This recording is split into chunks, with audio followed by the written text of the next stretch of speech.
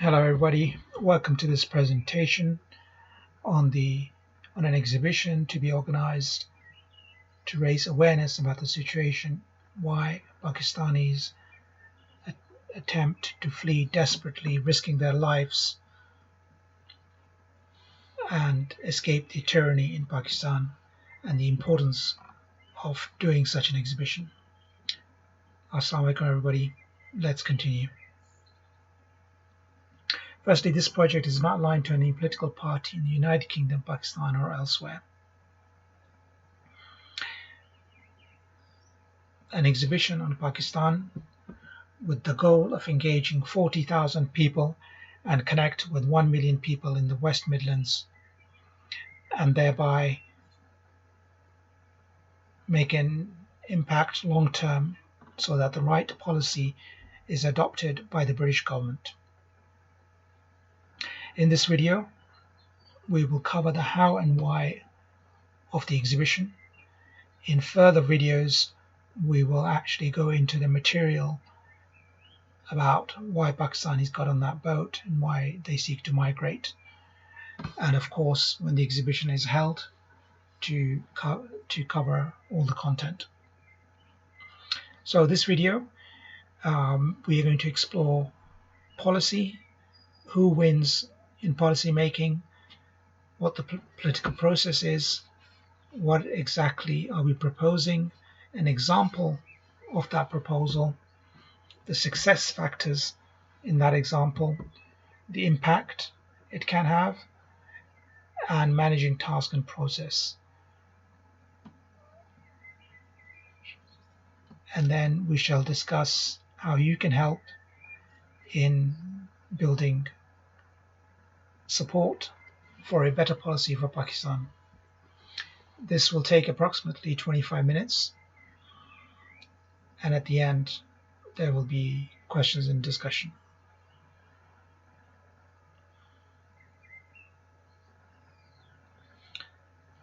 So firstly, why share the real reasons? Well, they simply aren't being told. That story, if it gets mentioned, gets very little exposure, and it is buried down. Mainstream media does not want to touch upon it. Secondly, raising public awareness is the foundation for good long-term success. And thirdly, it's when you have a frank and open discussion about the actual reasons with the wider public, you can actually get to the right solution. People migrate or seek to migrate out of Pakistan desperately. There are internal reasons and pressures, and also external. The internal reasons are systemic and endemic corruption, which leads to great instability in the country for the past many decades. It may seem that corruption is not a big deal, that you can get used to the system, but that is not real. Having to cope with corruption or the unknowns creates stress, immense stress, and problems because you simply cannot. There's no reliable way of doing things. You don't know when you're going to face what you're going to face, or who you're going to face, and whether if you are thrown into jail, what will happen with you. You will have to buy your way out of it. And these things can happen very randomly and arbitrarily. So living under systemic corruption is a bit like living under permanent COVID lockdown. Most of us will have experienced, to a lesser or greater degree, the stresses that living under a COVID lockdown was. Hence, people look to escape that. Even Pakistanis out of Pakistan have to face the corruption when they seek to do business or any transaction, or they need support for local connections in Pakistan to do so.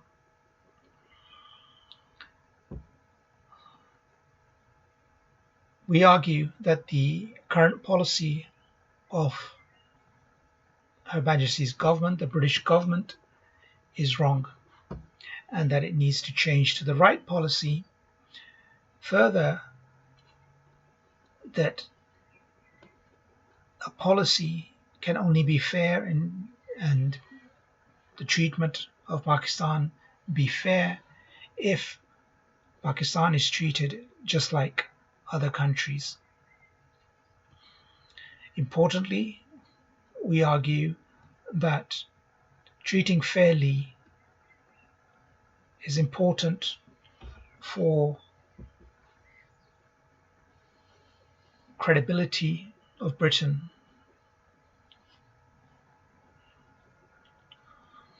So who sets British policy? Well, the players and spectators in this arena are the UK electorate, which is over 40 million people, and the vast majority of this is the public not active in politics, ranging from something like 97 to 98% of the population. The small minority of the 2% are individuals with influence by way of money or position, the lobbyists, politicians, and political parties, which represent between 1.2 to 2%. Between them, they come up with ideas for policy and policy making. This public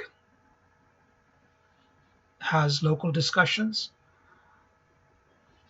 which by means of politicians and political parties leads to local elections and local representation, and then also national forums, national debate, and national political parties who at election time get to compete for the vote of the public to get into power.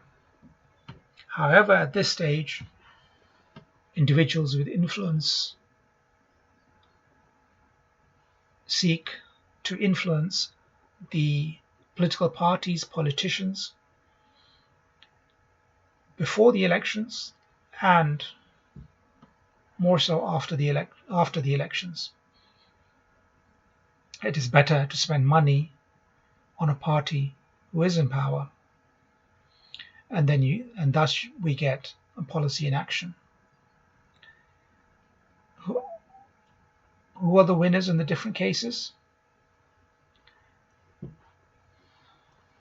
The public can only be a winner if there is frank and free discussion and the freedom and debate which leads to policies which the majority agree with, and importantly, at the post-elections, when those politicians are in power, that they transparently and responsibly deliver upon those policies. When the politicians and the political parties, under influence by lobbyists or people with power and money, they bend to them, then it is not the policy that the public sought.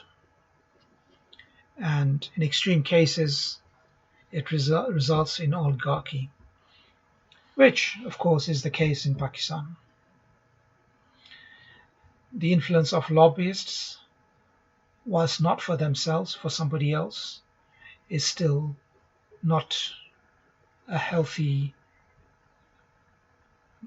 matter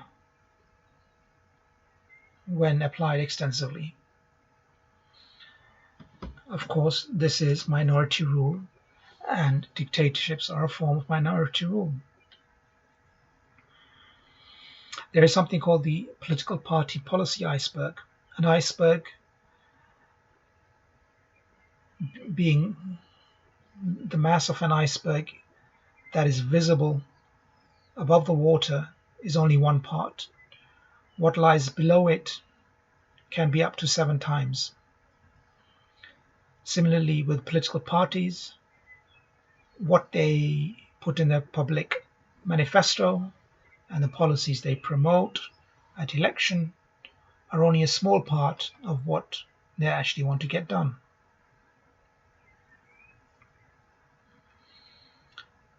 Looking back historically over time till now and into the future, who has access and and is empowered to have their policies be made?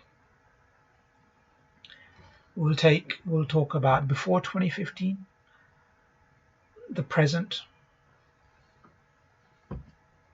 starting from 2015, and the next decade or so, and then the future. Well, the 2% that we spoke about who are active in politics, they have always had both access and were empowered, and they are so now, and is likely they will be in the future. The 98%, going back a century or so, they had very limited access and were not so empowered. They have become empowered in our democracy, but there are limitations to it. Presently, it is obvious that the opportunity or the potential that is available is restricted or not being used for the public to have access and be empowered to get their choice. And in the next decade or so, if inroads are not made and technology is not used for this purpose, then in the future, access and empowerment will be lost. So really, the next 10, 15 years is very crucial that communication, access to data, and the speed of access is utilized for the public. Because certainly the politicians and political parties, the lobbyists, and the people with influence will use the same means to have better access.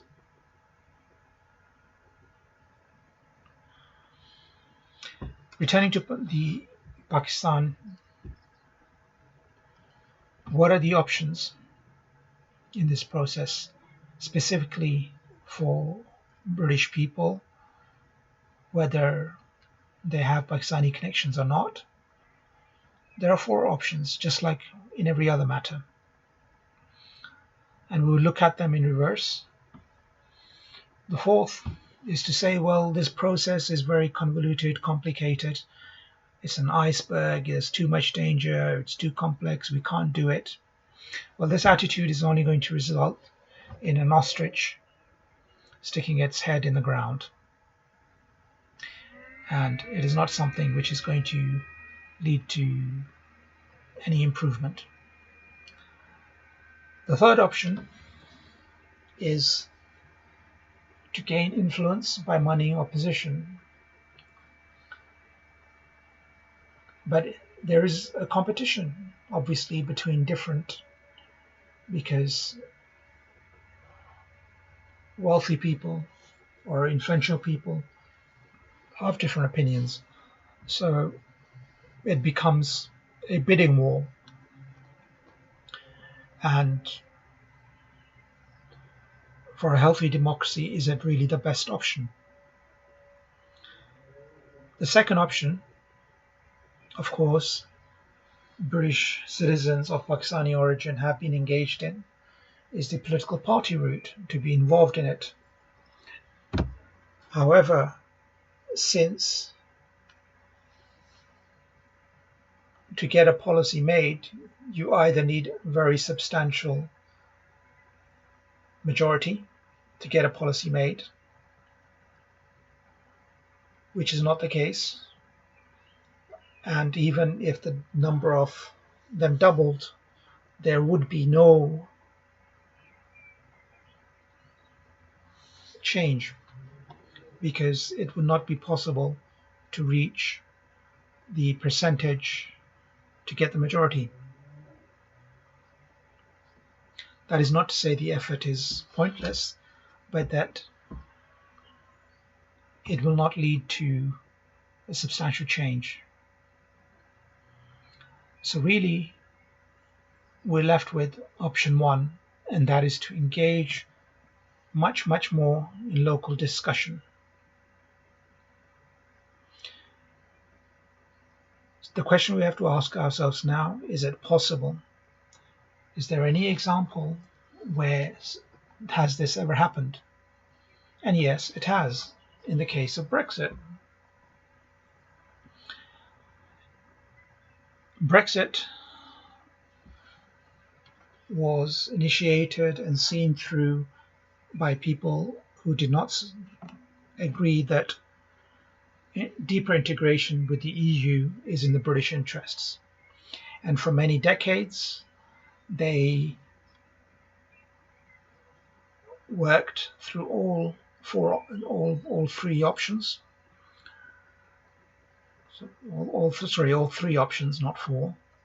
All three routes to get policy made where Britain would not be more and more integrated into the EU.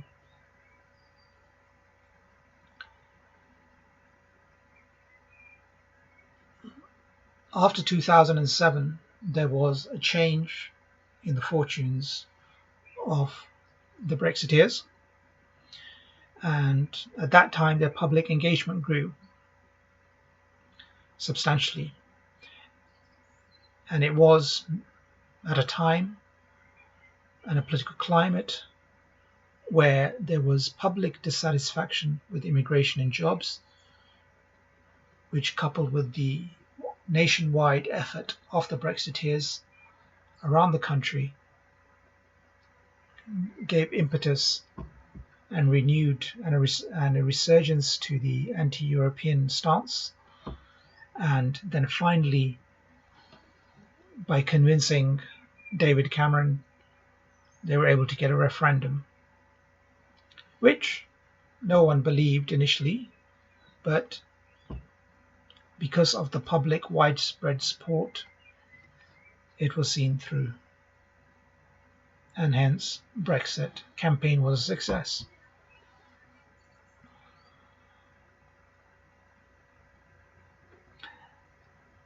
Is it possible for British citizens with Pakistani links to argue similarly?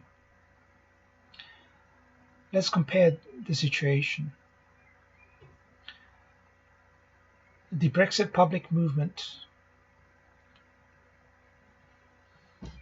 has, what's left of it is now the Reform Party. Their membership stands at 115,000 people.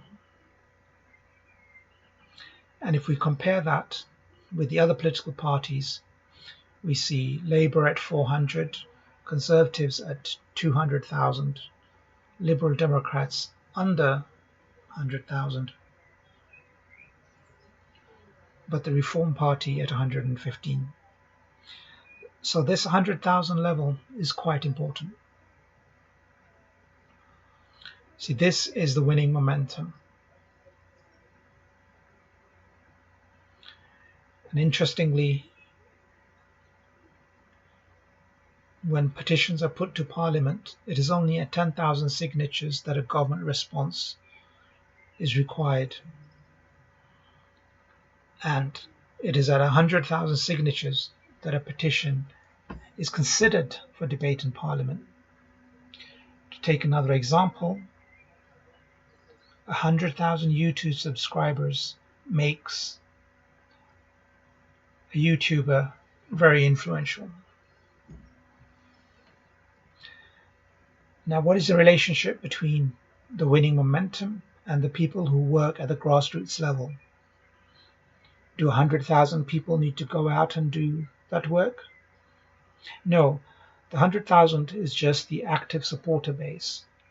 The tasks and the campaigning is done maybe by 1 to 3% of those people, say 3,000 people. That is what is required to get it done. So let's compare the success factors for two different situations.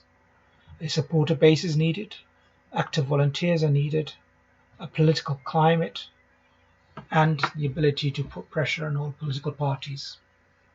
In the case of Brexit, all four factors were there.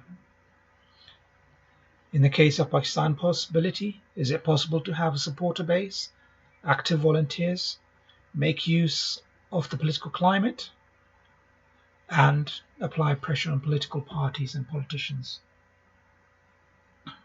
Firstly, let's look at people.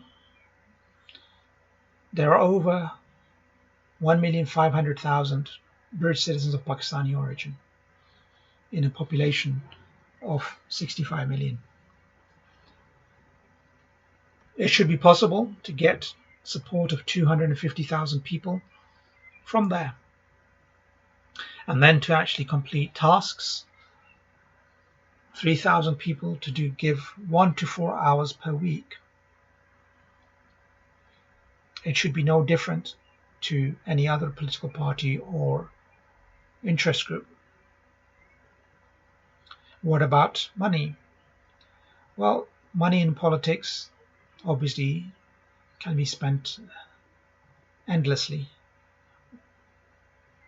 But the first step is 14,000 to start the exhibition and get the ball rolling. For this, if 1,000 people give £14, will raise the funds required to start the exhibition. So the real question is, will you be the first of 3,000?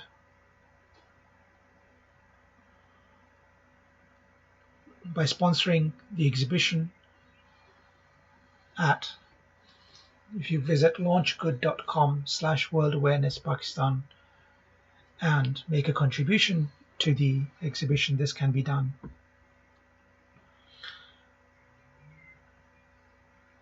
Secondly, all of us need to share with others to get the traction and get people talking about the idea.